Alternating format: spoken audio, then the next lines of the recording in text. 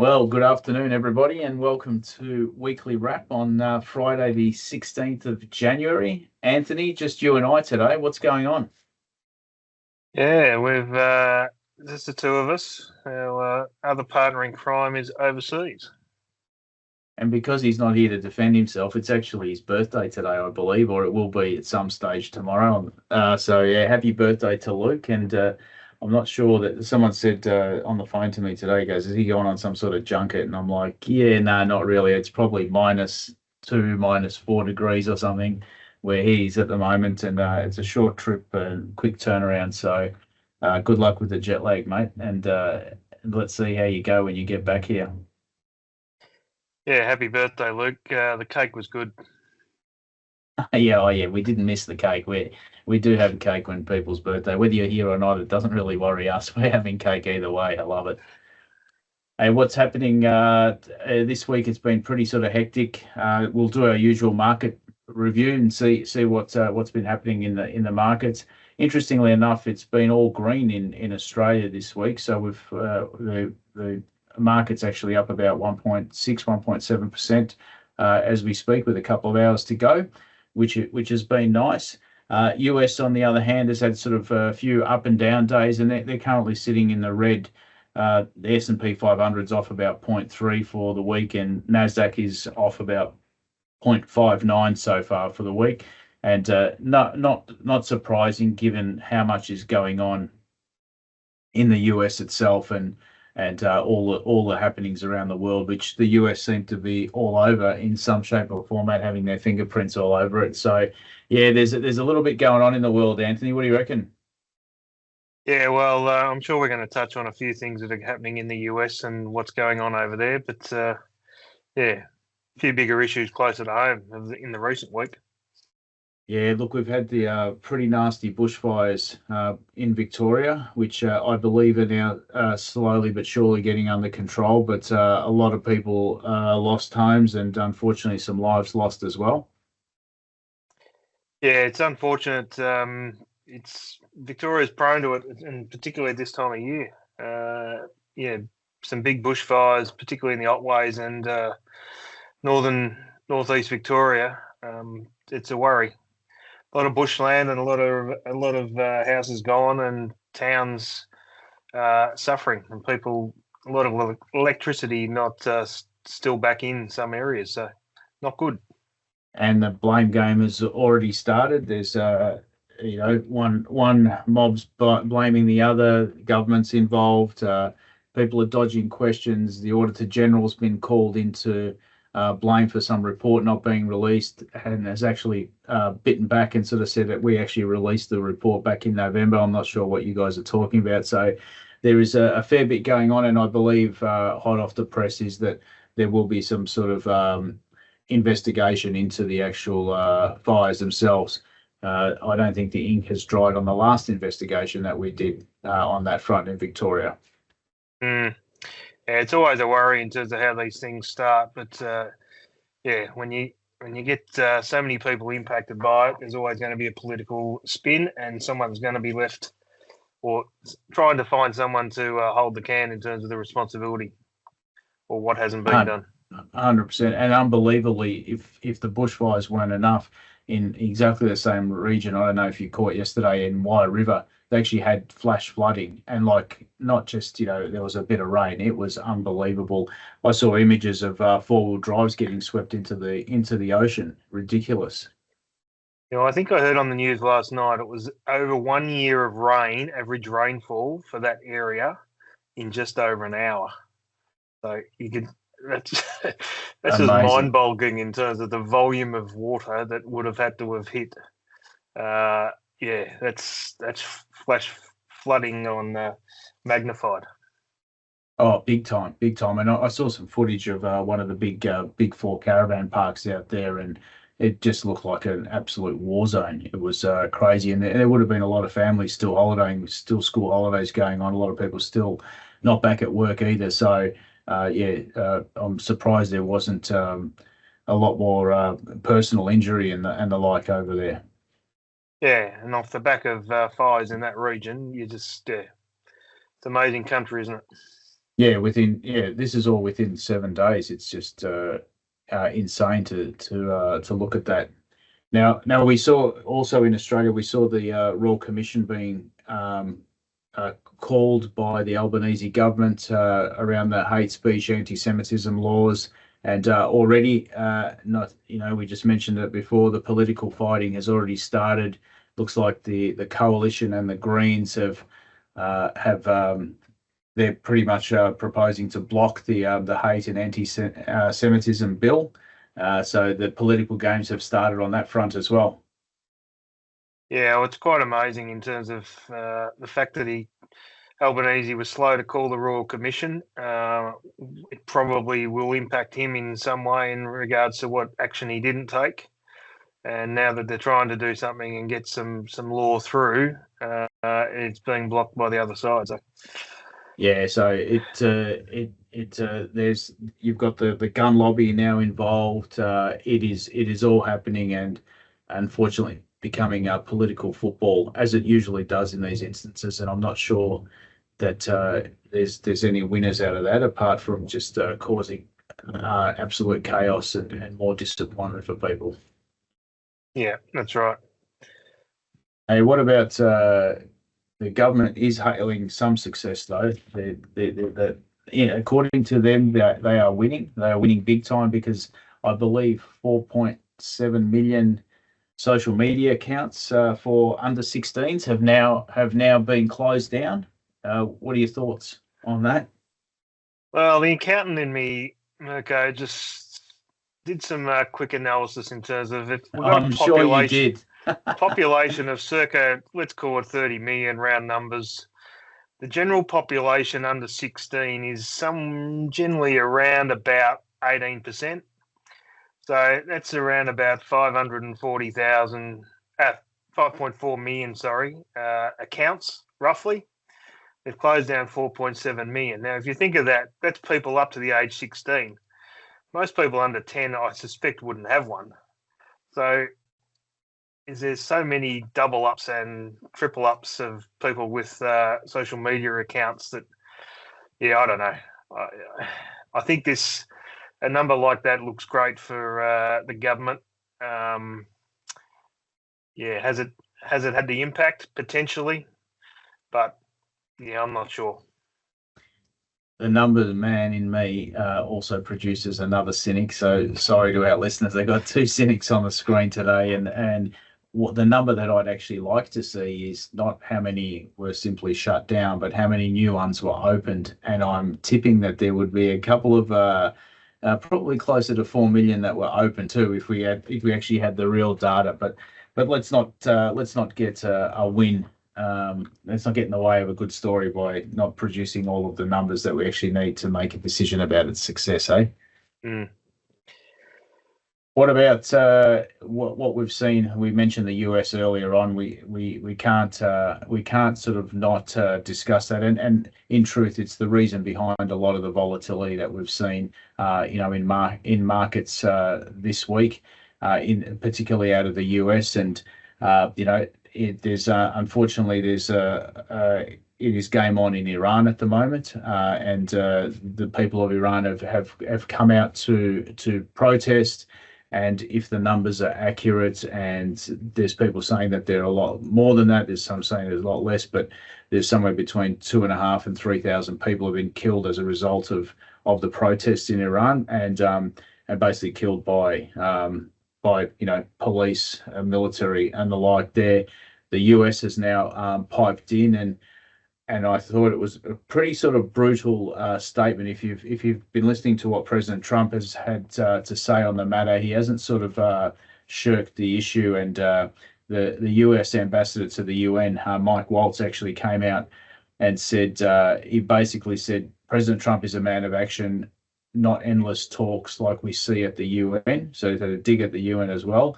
And he actually went on to say he has made it clear that all options are on the table to stop the slaughter, and no one should know that better than the leadership of the Iranian regime. So basically fired a shot across the bow at the Iranian government and sort of said, if this doesn't stop, we will have no choice, which is quite scary in itself.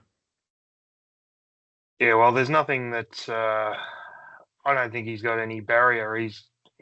There's nothing he won't do, and I think if he needs to take action on it, he will. Yeah, when was the we spoke last week about the Venezuelan president being captured? Yeah, Iran's just the next thing on the list that he's going to have to deal with. Oh, doesn't have to deal with, will deal with if required. Well, yeah, and it appears to me that we'll deal with it because there will be the cynic again in me says there will be some sort of interest in it. Probably oil. Now, oil has been arguably the big beneficiary of the oil price as a result of all these conflicts that have come across, and oil's actually been trading pretty low, down to about $63 a barrel, which again, I did ask my console operator this morning when it cost me $138 to fill my car. I said to him, I go, mate, what's the story with the petrol price? Do you know what the price of crude oil is per barrel? And he looked at me and said, mate, please, I'm making $18 an hour. Stop giving me a headache. It's 8 o'clock in the morning. But yeah, so I still don't know why we're paying $2.15 at the Bowser, but definitely between the Venezuelan situation where there was apparently a commitment to sell $50 billion worth of oil to the US at cheaper prices. Now, this Iran situation has some sort of oil ramifications around it too, I dare say, not to mention Syria is starting to bubble along as well. Yeah, it's quite interesting what's going on there. And then even on top of all that, he finally got his Peace Prize this week. Oh, it was So, actually dished out to him, yeah? yeah, the Venezuelan opposition leader who has been in receipt of a Nobel Peace Prize previously, Maria Corina Machado, actually visited Mr. Trump and passed it over. So what do you do in that case? Do you bring your local supplier, the one that supplies the local bowls club and the cricket club with the trophies, and go, listen, I need a trophy. Can you engrave it, Mr. Donald Trump, for the Peace Prize? I love it. I love it. Well, This is akin to producing your own certificates. Well, apparently it is hers. It was left with him, but the board of whoever hands out the Nobel Peace Prizes have said that it should be returned. They are not transferable. Hilarious, hilarious. I love that. I love that. They did have a bit of a win this week in the US. The US and Taiwan actually reached a trade agreement around building of chips in the United States, and I know that's something that the US has been red hot on, and not sort of not being reliant on other countries to produce chips and technology that they need. So there's been a commitment to invest $250 billion into the US to increase the production of capacity on chips in the United States. And as a result, the US is sort of saying we'll limit the reciprocal tariffs, to 15%, which were going to be 20% on Taiwan. But this is, I think, a bit of a flex of muscle as well in that area, and Taiwan sort of saying, well, if something does get real for us, we need to know that someone's going to step in and assist. Yeah, I think it's a case of Trump just flexing muscle again, and some of these countries knowing that they probably need to be somewhat aligned to the US in a number of areas. So yeah, look, to me, it looks like a great win for the US. Takes manufacturing back there, creates employment, and guarantees them supply in a market that continues to get bigger and bigger and bigger with AI. Yeah, definitely, and we look forward to seeing if that translates to better use of resources and increased productivity, which is what they keep telling us that this is going to create. So let's see what happens on that front. And I noticed that we had a bit of a return from space. The SpaceX capsule touched down this week as well, and it was actually due to a medical emergency. They actually because of one of the astronauts' medical conditions, they had to bring the astronauts back to Earth. And I read with interest that it was a 10-hour descent from space to get to touch down in the ocean where they were picked up from that, so that crew member could seek medical treatment. Fortunately, didn't land in Victorian waters because it probably would have been like a 30-hour wait. It took you 10 hours to get from space back to Melbourne, but it was 30 hours in emergency to actually get looked at. That would have been the outcome, I reckon. So yeah, so 167-day mission ended, but thankfully everyone back safe and sound, and all reports are the astronauts doing okay. Yeah, I haven't seen any reports. Did they work out which one it was? They wouldn't name which No. astronaut it was. Yeah, yeah. Yeah, the two So Americans, a male and female, a Japanese male and a Russian male. But yeah, no reports as to who had the medical issue. But yeah, I'm not sure they about the touchdown. I heard this morning the splashdown, uh, yeah, just off the coast of California, straight in yeah. the ocean. Beautiful. Like I say, could have been worse. Could have been Port Phillip Bay, and and only to be told that we've got some ramping built up at the moment at the hospital. So yeah, take your time, mate. Yeah, we're not moving too quick. That's for sure. Now, what's happening in one thing I do love about Melbourne this time of year is the tennis is kicking off, and I know you don't mind a bit of the tennis, and we really genuinely turn into an international city over the next couple of weeks because even I was in town a few days ago, and the amount of international tourists floating around, which is pretty cool, and they do a fantastic set up the Australian Open. They turn it into a pretty impressive event, and the thing that blows my mind is that unlike places like Wimbledon and the French Open, where the punter can't actually get near the tennis, let alone the tennis courts. In 3 weeks' time, Anthony, you and I could hire a court at Melbourne Park and have a hit where some of the world's greatest tennis players are playing, which is insane. But that's how we roll here in Melbourne. I think that's pretty cool, and I think that's why the players actually like it here. Yeah, look, it's a big build up and a big atmosphere, and look, it's been put back a week. So normally they would have started and finishes around Australia Day, but now it's been put back.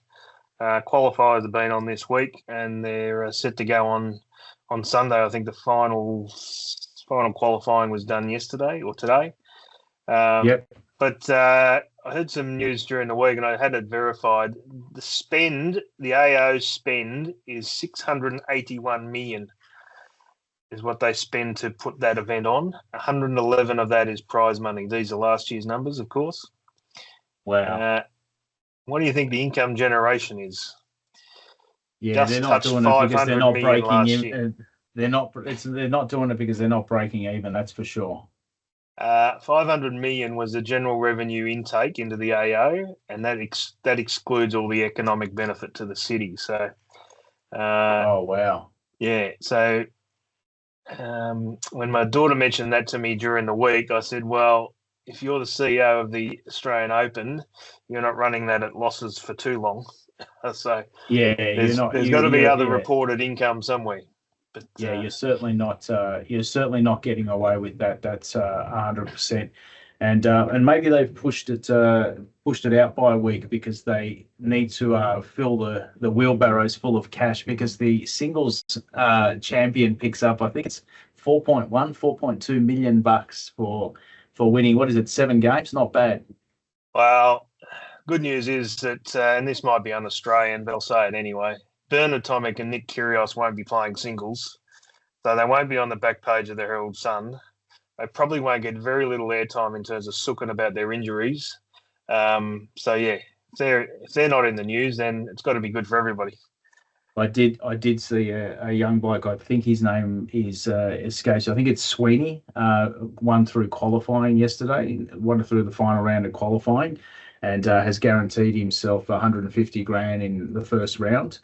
And this is a kid that only a year or so ago actually had a GoFundMe page to try and help with the funding to actually be able to travel to actually compete. So, money like that for these first timers at Grand Slams is actually life changing and actually gives them an opportunity to actually get out there.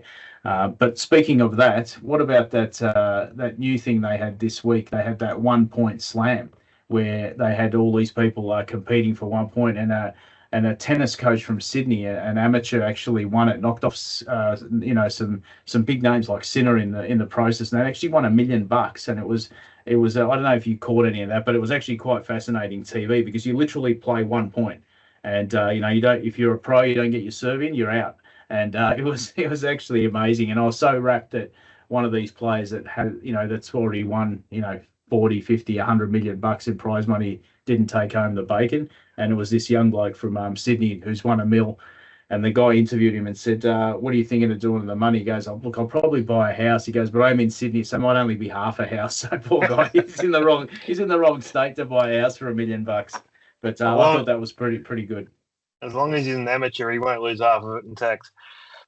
Always the tax man comes out in here. That's right. I love it. You do know that when you receive your prize money as a foreigner in Australia at the Australian Open, there's literally they hand over the check, and the next window down, it's like a teller system, is the ATO, and they just clip the ticket and go, you're not getting out of the country without paying the tax, mate, and you can keep the rest.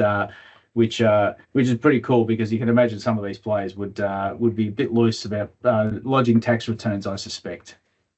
Oh, they would just get their people to do it for them. Yeah, that's right. Yeah, people like us. That's exactly right. Well, look, that's it for this weekend. Any big plans for this weekend, mate? What do you got on? No, pretty quiet.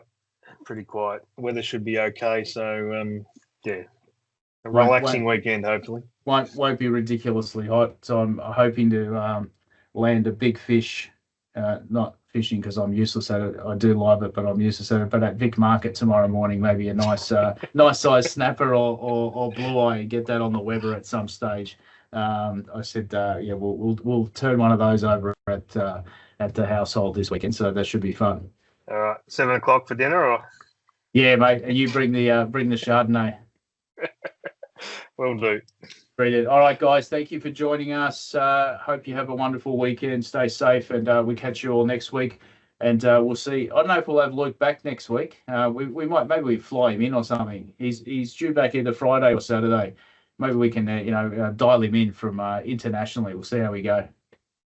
Nah, all good. See you guys. All the best. Have a great weekend. Thank you. Bye.